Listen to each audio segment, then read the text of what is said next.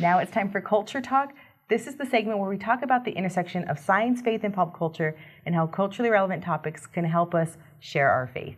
I'm joined today with philosopher and theologian Ken Samples. Thank you for joining us. Hi, Sandra. You have a brand new book out. It's called Humans 2.0. It just came out. Excited about it.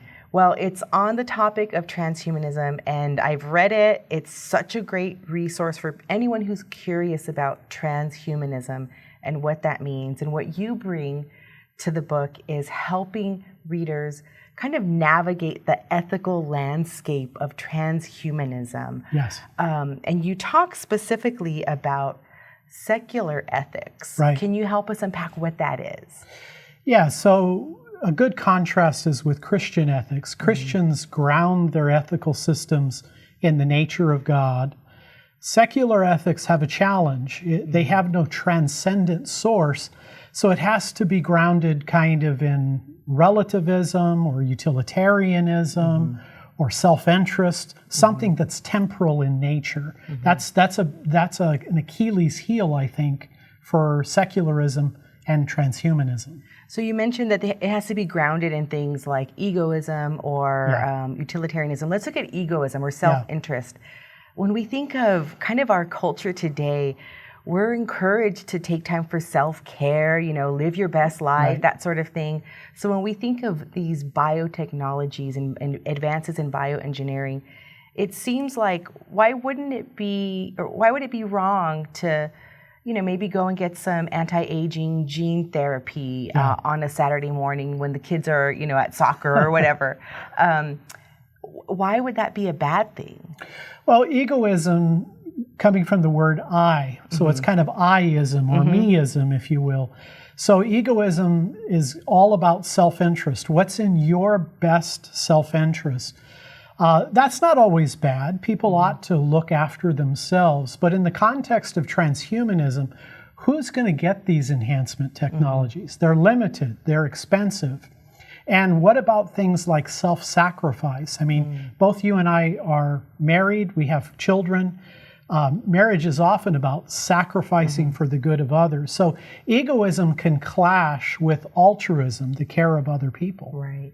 So then when we think about utilitarianism and trying to do the greater good for the greater amount of people, how can a secular ethicist look at transhumanism from a utilitarian perspective? And I think that's probably the central ethical approach that transhumanists hold, that we can't ground it in God, so we'll find the greatest good for the greatest number of people.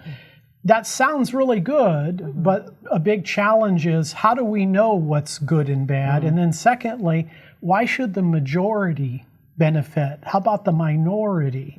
So it's very possible that these enhancement technologies may be given to the majority and the minority passed over. That could cause injustice. Right. And that's something that you actually tackle in the book, talking about accessibility for the marginalized, and do we then create a greater rift between the haves and the have-nots? That's right. Really great point to address. So then when we think about, from a Christian perspective, and transhumanism in that light, we understand why we would want to see these advances to help ease human pain and suffering. But how would a secular ethicist kind of look at easing human pain and suffering? Well, again, these physical enhancements, I mean everything, a pair of glasses is an enhancement. You get older, it improves your eyesight. These enhancements can help people. They can ease suffering. We may be able to extend life somewhat. I think the big challenge, however, is whether they're going to be able to achieve these lofty goals, and whether they'll have an ethical system that'll be able to sort through all of these kinds of things. I mean, I could see people engaging in lawsuits, protests, because some people are included, other people are excluded.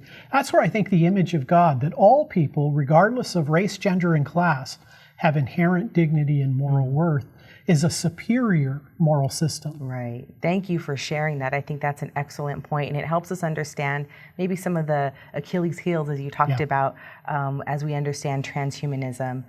from a secular or Christian perspective.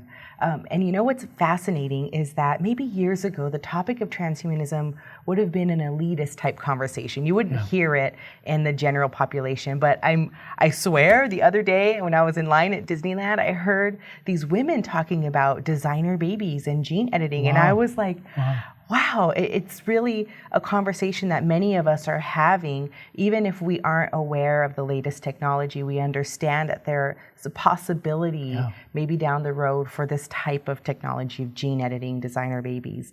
Very interesting. So when we think about that, we also want to be prepared. So what would you say is kind of some practical ways to engage in this conversation and to share the gospel and the hope that we have when we understand transhumanism?